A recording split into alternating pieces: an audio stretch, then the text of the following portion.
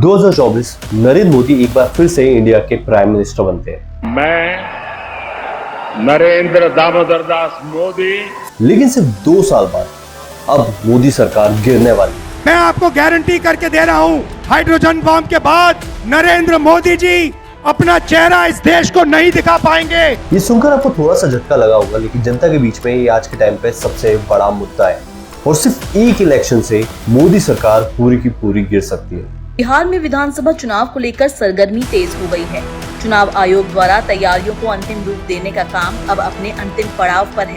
ये सुनकर कुछ लोगों को खुशी होगी और बहुत सारे लोगों को दुख हुआ होगा, लेकिन सिर्फ एक इलेक्शन से क्या ये पॉसिबल है? चलिए समझते हैं कि मोदी सरकार सच में गिर सकती है या फिर सिर्फ ये एक अफवाह है।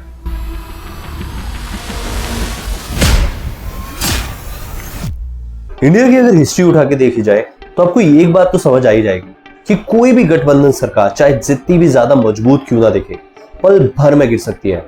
1977 में इंदिरा गांधी की सरकार, जो कांग्रेस लीड अलायंस के रूप में बहुत ज्यादा स्ट्रांग मानी जाती थी, लेकिन इमरजेंसी के बाद 1977 के इलेक्शन में इंदिरा गांधी को बहुत बड़ी हार मिली थी।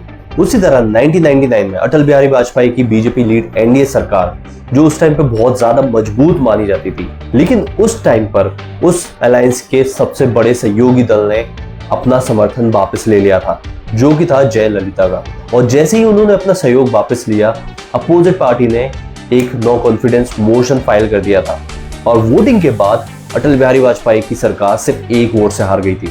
2024 में इंडिया में बीजेपी लीड एनडीए की सरकार बनी हुई है और 2024 के इलेक्शन की बात करूं तो बीजेपी को 240 सीट्स मिली थी और कांग्रेस को 99 सीट्स मिली थी। अब एक बात समझो, अगर इंडिया में किसी भी पार्टी को अपनी सरकार बनानी है तो उन्हें एटलीस्ट 272 सीट्स जीतनी पड़ती है, जो कि ना ही बीजेपी के पास थी ना ही कांग्रेस के पास। तो ऐसे टाइम पे जो पार्टीज हैं वो अलायंस बना सकती है। तो 2024 में बीजेपी के साथ आए थे नीतीश कुमार 12 सीट्स के साथ, चंद्रबाबू नायडू 16 सीट्स के साथ और चिराग पासवान 5 सीट्स के साथ। और ऐसा करने से बीजेपी लीड एनडीए सरकार के पास हो गई थी 292 सीट्स। और फिर एक बार फिर से नरेंद्र मोदी इंडिया के प्राइम मिनिस्टर बने थे।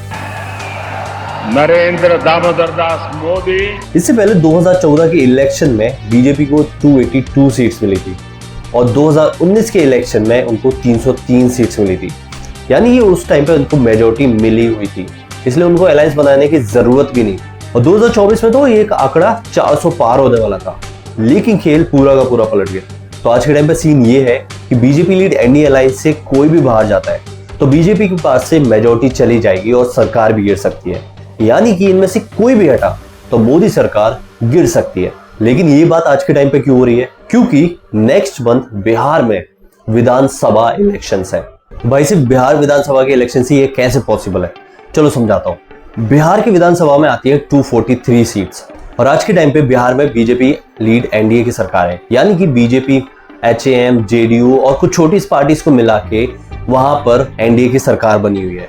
और आज के टाइम पे बिहार के जो सीएम है वो है नीतीश कुमार। इस अलायंस के पास आज के टाइम पे 125 सीट्स हैं और बिहार की विधानसभा में इलेक्शन जीतने के लिए आपको 122 सीट्स चाहिए पड़ती हैं। यानी कि जो खेल है वो सिर्फ 4 सीट्स का है। तो ये 4 सीट्स अगर किसी तरह चली जाती हैं इस साल के इलेक्शन में तो वहां पर नीतीश कुमार की सरकार गिर सकती है और उसका इम्पैक्ट मोदी सरकार पे भी हो सकता है। लेकिन सिर्फ एक बिहार के इलेक्शन से एक सेंटर की गवर्नमेंट कैसे गिर सकती है, चलो समझते हैं। लेकिन उससे पहले आपको एक बात जानना बहुत जरूरी है कि नीतीश कुमार बहुत बड़े पलटू इंसान है।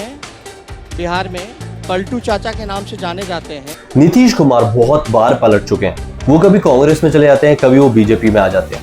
अगर मैं बिहार की विधानसभा की बात करूं तो आज के टाइम पे सबसे बड़ी पार्टी है तेजस्वी यादव की, यानी कि आरजेडी, जिसने 2020 के इलेक्शन में 75 सीट जीती थी और 2015 के इलेक्शन में 80 सीट्स जीती थी।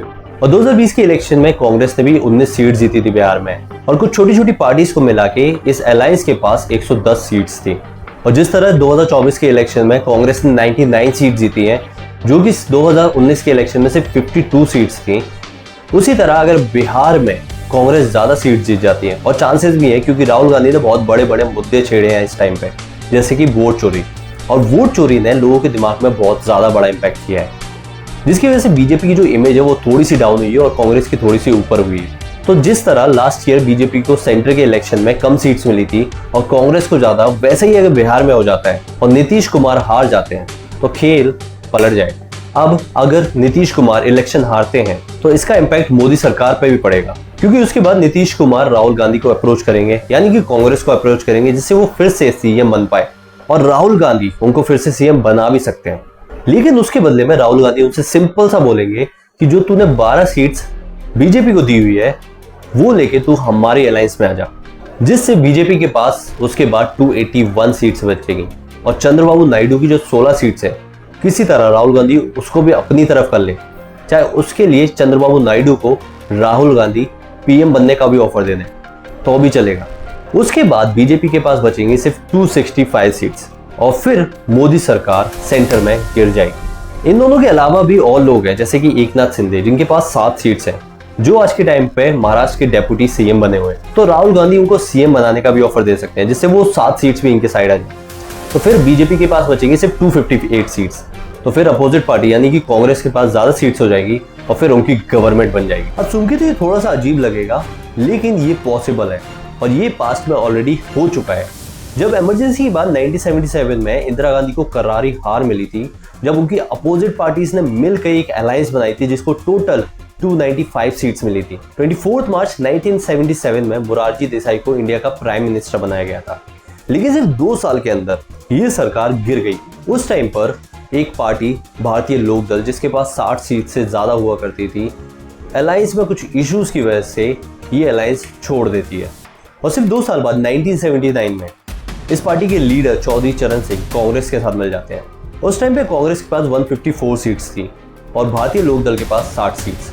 तो कांग्रेस छोटी छोटी पार्टीज को अपने साथ लाने लगता है। ऐसा करने की वजह से जो कांग्रेस लीड अलायंस बनी हुई थी उनके पास ज्यादा सीट्स आ जाती हैं और सिर्फ 2 साल के अंदर कांग्रेस फिर से अपनी गवर्नमेंट बना लेती है। उस टाइम पर भी चौधरी चरण सिंह को इंडिया का प्राइम मिनिस्टर बनाने का ऑफर दिया गया था। तो बिहार की सिचुएशन भी सेम ही है, ऐसा ही हो रहा है उधर पे भी, इसलिए लोगों को लगने लगा है कि मोदी सरकार भी गिर सके।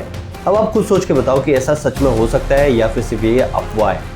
अब देखो, मुद्दा ये नहीं है कि सेंटर में सरकार किसकी होगी, सबके ट्रैक रिकॉर्ड्स खराब हैं, लेकिन आप खुद एक बार सोच के बताओ कि अगर मोदी सरकार गिरती है तो क्या सच में जनता को फायदा होगा? कमेंट कर देना। So that's it for this video. I see you in the next one.